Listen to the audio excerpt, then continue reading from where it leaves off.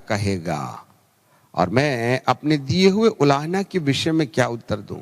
यहोवा ने मुझसे कहा, दर्शन की बातों को लिख दे, वरन पटिया पर साफ साफ लिख दे। दौड़ते हुए भी वे सहज से पड़ी जाएं, क्योंकि इनकी दर्शन की बातों का नियत समय पूरे होने वाला है, वरन उसके पूरे होने का समय वेग से आता है। इसमें धोखा न होगा। चाहे इसमें विलंब भी हो तो भी उसकी वाट जोहते रहना, क्योंकि वह निश्चय पूरी होगी और उसमें देर ना होगी। प्रभु परमेश्वर आज भी अपने दासों और भविष्यद्वक्ताओं से बातचीत करते हैं और दर्शन की बातों पर मोहर लगाते हैं। पवित्र आत्मा जब से इस धरती के अंदर आया है, पिंतकुस के दिन में जब पवित्र आत्मा 120 लोगों पर उतरा, तो वह पहली बार था जब धरती को परमेश्वर ने पवित्र आत्मा स्थायी रूप से इस धरती पर काम करने के लिए छोड़ दिया, जब तक कि अनुग्रह काल धरती पर रहेगा। और भविष्य में जब कलीसिया उठाई जाएगी तो धर्म का त्याग अर्थात इस धरती से कलीसिया के साथ पवित्र आत्मा के उठाए जाने का कार्य भी होगा। और जब तक पवित्र आत्मा धरती पर है, तब से लेकर जब तक पवित्र आत्मा उठा ना लिया जाए, तब तक पवित्र आत्मा के द्वारा स्थापित किए जाने वाले 9 फल और 9 वरदानों को और 5 प्रकार की सेवकाइयों को इनकार नहीं किया जा सकता है। बहुत से लोगों का अपना मानना है कि प्रारंभ के दिनों में यीशु मसीह के युगों में प्रेरित हुआ करते थे, भविष्यद्वक्ता हुआ करते थे, परंतु अब प्रेरितों और भविष्यद्वक्ताओं का जमाना खत्म हो गया। उस जमाने में पवित्र आत्मा के 9 वरदान हुआ करते थे। आज हम विश्वास नहीं करते हैं कि पवित्र आत्मा आता भी होगा। अब एक बात बताइए, जब पवित्र आत्मा धरती पर है तो उसके प्रकट होने को रोक कौन सकता है? अरे भाई, परमेश्वर ने तो स्वयं ही पवित्र आत्मा को इस धरती पर इसलिए भेजा था कि वह परमेश्वर और पुत्र यीशु की और वचन की सच्चाई को जीवित प्रमाणित करे। तो जब पवित्र आत्मा यहाँ है तो उसके मैनिफेस्टेशन को कौन रोक सकता है? या आपकी अज्ञानता और अधीरता है या संकीर्णता है कि आप पवित्र आत्मा के वरदानों पर यकीन नहीं करते हैं, प्रेरितों की और 5 प्रकार की सेवकाई पर भरोसा नहीं करते हैं, फलों पर भरोसा नहीं, 9 वरदानों पर भरोसा नहीं, तो आप इस बात को मानते हैं कि पवित्र आत्मा चला गया। यदि वो चला गया तो फिर अब हमारे पिता परमेश्वर का अनुग्रह, प्रभु यीशु मसीह का प्यार और पवित्र आत्मा की सहभागिता, ये दुआएं हम क्यों करते हैं यदि पवित्र आत्मा चला गया तो? और यदि वो नहीं गया है तो आज भी भविष्यद्वक्ता हैं। अब ये बात जरूर है कि कोई अपने आप को पवित्र आत्मा के अधीनता में भविष्यद्वक्ता और प्रेरित होने के लिए नहीं चुन रहा है या समर्पित नहीं कर रहा है। इस कारण से ऐसा हो सकता है, परंतु बाइबल का परमेश्वर कहता है ये तो सत्य है। Nobody can deny the gifts। इसलिए यहां लिखा है कि दर्शन की बातों को चट्टान पर लिख दे, जिससे कि वे दौड़ करके भी पढ़ी जाएं। आज भी पवित्र आत्मा अपने भक्तों और संतों के साथ बातचीत करते हैं और अपनी योजना को प्रकट करते हैं। इस समय हम परमेश्वर पिता को धन्यवाद करते हैं और आज एक विशेष महत्वपूर्ण दर्शन के बारे में जो एक भविष्यद्वक्ताई चेतावनी है, उस पर हम प्रकाश लाना चाहते हैं। बीते दिनों में गहरी वेदना के वक्त प्रभु ने हमें एक दर्शन दिया। हम अपने सामने केवल 2 फीट चौड़ी कंक्रीट से बनी हुई एक ऐसे रास्ते को देख रहे हैं और वो केवल 2 फीट है। एक ओर समुंदर के समान अथाह पानी भरा है और दूसरी ओर गहरी खाई है। हमारे पीछे से लेकर आगे का हिस्सा 180 डिग्री, एक ओर खाइयां और पहाड़ियां हैं, दूसरे ओर शुद्ध और कंचन जल भरा हुआ है। जिस तरीके से किसी डैम के ऊपर आप खड़े हो जाएं, वैसे ही हमारे सामने एक डैम के समान है, एक 2 फीट का चौड़ा रास्ता है।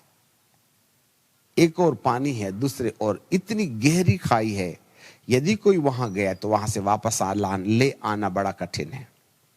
और 180 डिग्री पीछे से सामने तक यदि हम वहां से पैदल चलने का प्रयास करें तो खाइयों और गड्ढों और तराइयों और पहाड़ियों के कारण अपनी यात्रा पूरा कर पाना हमारे लिए सबसे कठिन बात रही है। इसलिए अब हमारे पास में एक ही रास्ता है। राइट हैंड साइड में पानी भरा हुआ है। फिर हम क्या देखते हैं कि दो नन्हे नन्हे पैर जिसमें चप्पल नहीं है और उसके पैर जैसे प्रभु के गाउन के कपड़े लटकते रहते हैं, इसी तरीके से एक श्वेत कपड़ा उनके पैरों पर लटक रहा है और वह केवल घुटनों के निचले हिस्से को हम देख पा रहे हैं। और वे हमारे आगे आगे इस 2 फीट कंक्रीट के रास्ते के ऊपर चल रहे हैं।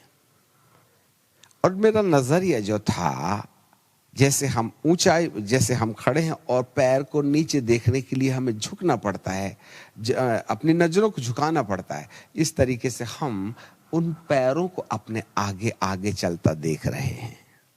दैट मीन्स वो प्रभु है जो हमारी गाइड कर रहे हैं कि तुम्हें मेरे पीछे चलना चाहिए।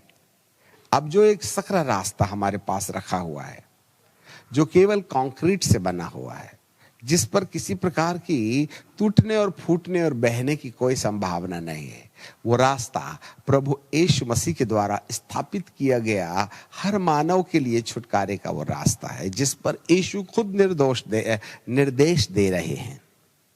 एक और विशेषता है, इस 2 फीट पानी के ऊपर वाले रास्ते के समुद्र तरफ में अर्थात राइट हैंड साइड में स्लैंटिंग में 2 फीट की और भी मार्जिन है और उसके लास्ट वाले मार्जिन में जो पानी से डूबा हुआ है उसमें कटीली बार्बेड वायर ग्राफ्टेड है सीमेंट के अंदर। यदि कोई इस चिकने रास्ते से राइट हैंड साइड में जैसे जैसे वह समुद्र की ओर बढ़े तो 2 फीट तक जाने के वक्त एक चेतावनी है। यदि इससे ज्यादा गए तो जैसे आप डैम में जा गिरेंगे, उसी तरीके से इस बार्बेड वायर के बाद आपका पता नहीं होगा, ऐसे वाला कुछ दिखाई देता है। ये पैर चलते हैं और अपने 2 फीट के रास्ते से मार्जिन वाले 2 फीट रास्ते पर जाते हैं और जैसे ही बार्बेड वायर की जो ग्राफ्टेड है वहां पैर में चुभन होती है, उन्हें संकेत है कि इससे आगे नहीं जाना, इस जगह से तुम्हें वापस अपने ऊंचे 2 फीट वाले रास्ते पर आ जाना चाहिए। इस प्रकार का संकेत हमें दे रहे हैं।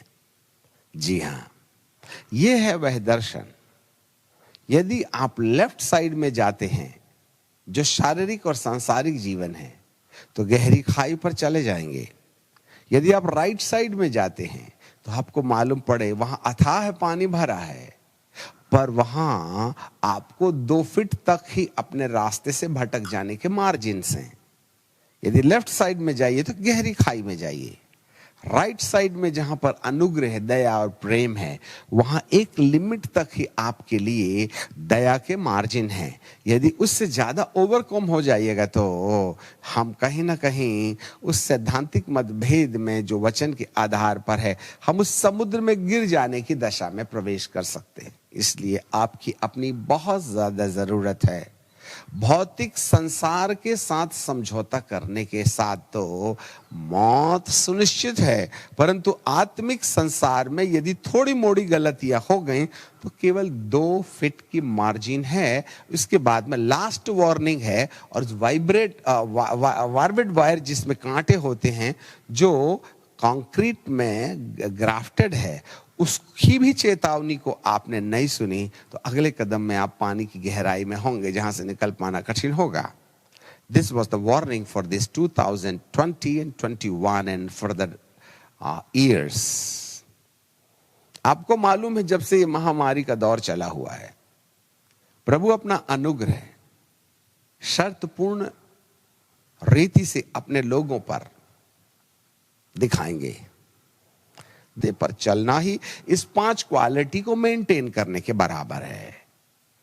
यस, मेरा प्रभु आपको बुला रहे हैं कि आप एक ऐसे व्यक्ति बन जाए जिसके अंदर सिद्धता पाई जाती होगी। और सिद्धता हम अपनी प्रार्थनाओं और अपने अधिकारों के आधार पर नहीं कर सकते हैं, वरन प्रभु हमको अपनी दया दिखाए शर्तपूर्ण दशा में, जब आप उसकी पद चिन्हों का अनुसरण करें। एक पद और आपके लिए पढ़ करके हम रुकना चाहते हैं। फिलिपियों की किताब और उसका 3 अध्याय और उसकी 12वें पद में यहां लिखा है, book of Philippians chapter 3 and verse 12। इसका मतलब यह नहीं कि मैं पा चुका हूं या सिद्ध हो चुका हूं, पर उस पदार्थ को पकड़ने के लिए दौड़ा चला जाता हूं जिसके लिए मसीह ने मुझे पकड़ा था। पौलुस एक लंबे पड़ाव में कहते हैं, मेरा मतलब यह नहीं कि मैं पा चुका हूं। क्या वो 2 फीट के रास्ते पर चलना एक सिद्धता की ओर बढ़ने का प्रतीक है। आपको मालूम है, ये जो दीवार है, ये जो रास्ता है, उसका छोर दिखाई नहीं देता, जैसे समुद्र में कुछ दिखाई नहीं देता। आप बादलों पर छुपा हुआ है वो। कुछ इसी तरीके से सिद्धता एक अनंत कालिकता है, जिसमें प्रभु जी कहते हैं पौलुस के द्वारा कि मेरा मतलब यह नहीं है कि मैं पा चुका हूं। क्या चीज? सिद्धता के धन को। यस, मैं दौड़ रहा हूं।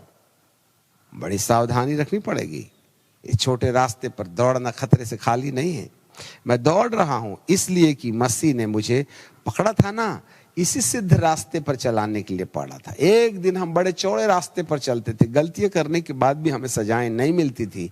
मेरा प्रभु बार बार अपनी हथेली को ना अपने पिता को दिखा दिखा करके कहता था, हे प्रभु 1 वर्ष और मैं इस पेड़ के चारों तरफ खोदूंगा, खाद डालूंगा, पानी डालूंगा, और ना फले तो अगले साल तू काट डालना। जी हां, 2017, 18, 19, 3 सालों तक प्रभु अपना दाहिना हाथ दिखा दिखा के धरती के लिए मुआफी मांगते रहा, परंतु फल नजर नहीं आने के कारण, लोग उस निर्देश के अनुसार नहीं चलने के कारण अब पिता ने प्रार्थना करना बंद कर दिया। अब पिता का युग शुरू हो गया। हमारे प्रभु अब हमारे पिता परमेश्वर से याचना नहीं करते हैं, वरन वे पिता की हरकतों पर विश्वास, हरकतों के लिए छोड़ देते। और पिता का कानून तो आपको मालूम ही है, वे दया तो उसी समय करते हैं जब आप उसके निर्देशों का पालन करेंगे। समस्या का रास्ता परमेश्वर नहीं, हमारी अनाज्ञाकारिता है। इसलिए यदि कोई व्यक्ति परमेश्वर के इन पद चिन्हों का अनुसरण करे तो सिद्धता, जहां पौलुस कहता है मैं उस सिद्धता को पकड़ने के लिए दौड़ा चला जाता हूं। हे भाइयों, मेरी भावना यह नहीं कि मैं पकड़ चुका हूं, वरन केवल एक काम करता हूं कि पिछली बातों को भूल कर मैं आगे की ओर, निशाने की ओर दौड़ा चला जाता हूं। Obey the path of God, obey the feet of God। परमेश्वर के निर्धारित रास्ते पर प्रभु यीशु की पद चिन्हों पर चलो। जी, हमारी सुरक्षा वहीं है। सुरक्षा के लिए दुआ कराना निरी अज्ञानता होगी।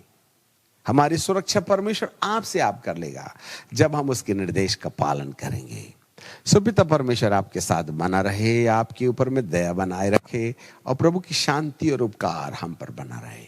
प्रभु आपके साथ आशीष का व्यवहार करने पाए, दुआ मांगे। सनातन सनातन काल के विराट परमेश्वर, हम आपको धन्यवाद देते हैं। आप हमें बार बार उस कंक्रीट के रास्ते पर चलने के लिए बुला रहे हैं जहां कोई खतरा नहीं है, वरन एक पैर हैं जो आगे चल रहे हैं। परंतु हमने जरा सी भी लापरवाही की तो उल्टे सीधे की, उल्टे हाथ की ओर गहरी खाई है। सीधे हाथ की तरफ अथाह पानी है, जहां से हम डूब गए तो निकल पाना कठिन हो जाएगा। प्रभु हमें अनुग्रह दे कि हम उसी कंक्रीट के रास्ते पर चलते रहें। हम आपको धन्यवाद देते हैं। हमारी आंखें खोलें और जिस रास्ते को आपने हमारे लिए निर्धारित किया है उस पर हम चलते रहें। वो खतरे से भरा हुआ है, हम दायां बायां जा नहीं सकते हैं। आपकी दया हम पर होने पाए, यीशु नासरी के नाम